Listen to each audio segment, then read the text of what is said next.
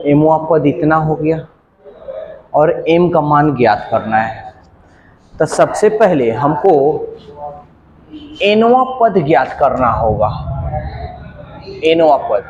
एनवा पद ज्ञात करने के लिए एक छोटा सा फॉर्मूला होता है एस एन माइनस 1। ठीक है, एस एन का मान दिया हुआ है 3n² प्लस 5 माइनस ब्रैकेट में। अब देखो n के जगह पर ये n के जगह पर था सब में n, अब n के जगह पर n-1 हो गया है। जहां जहां n है वहां वहां n-1 रख देंगे, रख लो।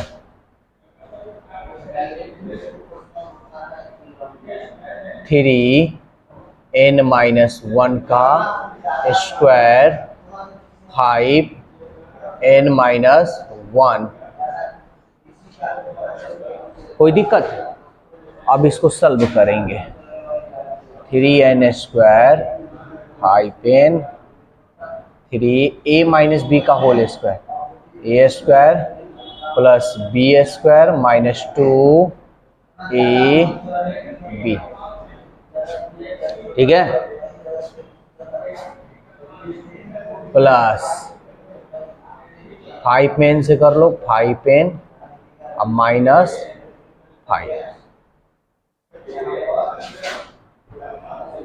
3n² 5n 3 n² एक एकम 1 2 एकम 2 5n minus 5 3n² 5n 3n² 3 एकम 3 दूनी 5n माइनस 5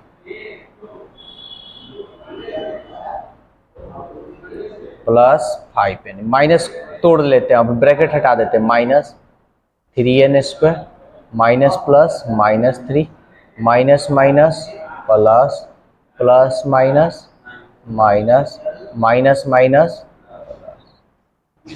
ठीक है, अब देखो plus 3n² minus 3n² cut गया, प्लस 5n अब माइनस 5n कट गया, क्या बच गया जी 6n। अब भाई देखो 5 3 5 वाला बड़ा है, प्लस है तो प्लस देंगे। अब प्लस माइनस क्या करेंगे, घटाएंगे। 5 में से 3 गया, इतना तो आ गया, इसलिए एनवा पद तो हमारा निकल गया 6n अब प्लस 2। अब आगे हम लोग कुछ काम करेंगे, काम ये करेंगे कि ए डी निकालेंगे। तो पहला वो पद कितना हो जाएगा, तो n के जगह पर 1 रखेंगे तो 6 एकम 6 अब प्लस 2 6 व 2 8। दूसरा पद रखेंगे 6 दूनी 2 रखेंगे तो 6 दूनी 12 2 14 यानी 6 दूनी 12 अब प्लस 12 2 14। इतना ही रहने देते हैं, हमको ए का मान निकालना है और डी का मान, यही इससे काम हमारा हो जाएगा। तो पहला पद तो पता हो गया 8 है, और दूसरा पद हम जानते हैं, दूसरा पद में से पहला पद घटा लेते हैं क्या। तो दूसरा पद देखो तो कितना है जी 14, पहला पद कितना है 8 है, 14 में से 8 गया 6। क्लियर। अब हमको m का मान ज्ञात करना है ना। mवा पद का मान दिया हुआ है, चूंकि mवा पद a plus m-1 into D. mवा पद का मान कितना दिया है 164। a का मान देखो 8, m-1, d का मान देखो 6। ये इधर आएगा तो घट जाएगा, तो थोड़ा हम शॉर्टकट काम कर लेते हैं क्योंकि जगह कम है।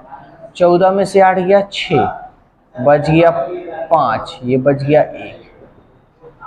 m-1 इंटू 6, 6 से कटा सकते हैं, 6 दूनी 12 और 3 गया 36, 6 के m-1 है ना। जगह कम है इसलिए तो नहीं हम शॉर्टकट कर दे रहे हैं।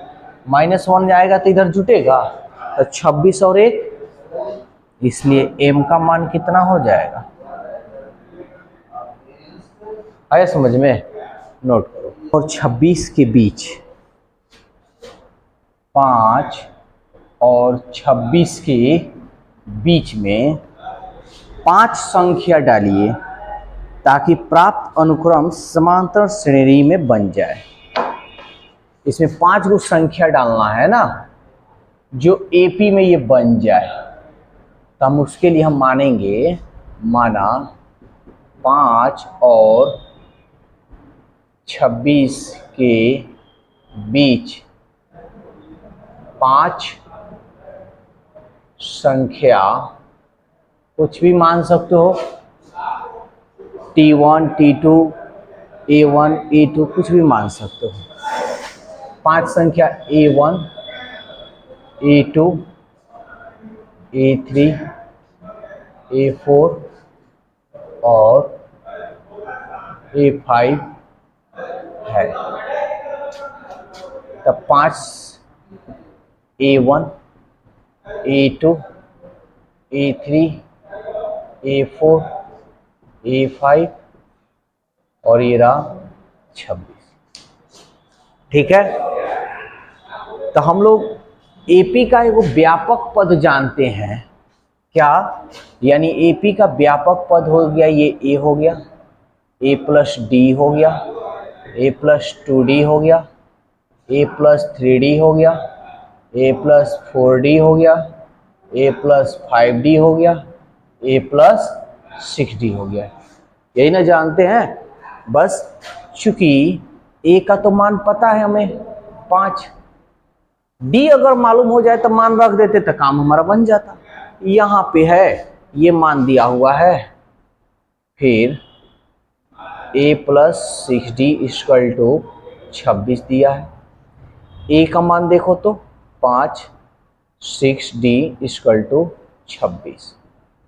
6D 5 को इधर भेज दो, कितना हो जाएगा? 26 में से 5 घटा लो,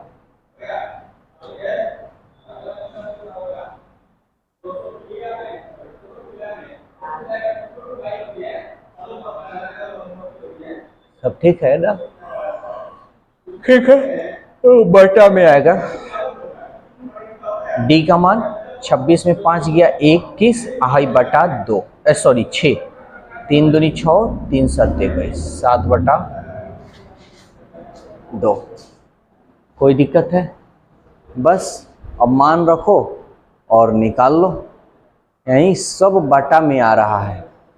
तो 2 3 6 और 7 3 21 से 5 26, ठीक है कोई बात नहीं, बटा में आएगा। तो यहाँ देखो A1 माने हो, A1 का मान A प्लस डी लिखे हो, A का मान देखो तो क्या है 5 है, और D का मान कितना है जी 7 बटा 2। सॉल्व कर लो, 2 5 10 और 7 17 बटा 2। फिर A2 निकाल लो, तो A2 का मान देखो A प्लस 2D है, A का मान है 5 और 2 और D का मान है 7 बटा 2। 2 से 2 कट गया तो 7 और 5 12, कोई दिक्कत? फिर A3 है, A3 का मान A प्लस 3D, तो A का मान देखो तो A का मान क्या है 5 है, D का मान क्या है 7 बटा 2, ये 5 3 7 21 बटा 2, 2 5 10 21 31 बटा 2। A4 निकाल लो, तो A4 का है A प्लस 4D, A का मान 5 4, D का मान 7 बटा 2, 2 दूनी 4, 7 दूनी 14 और 14 5 19, चौथा पद भी निकल गया। पांचवा पद निकाल लो, तो पांचवा पद का मान क्या है A प्लस, ये है ना A प्लस 5D, A का मान कितना है भाई 5 है, और D का मान 7/2, 5, 7×5 35 बटा 2, 2×5 10, 35, 45/2। हमको कह रहा था कि 5 और 26 के बीच में 5 संख्या बताइए, तो देखो तो 5 संख्या निकल गया। तो ये रहा, ये रहा, ये रहा, ये रहा और ये रहा। समझ में आया? अब इसके आगे जो भी हो सो बनाना।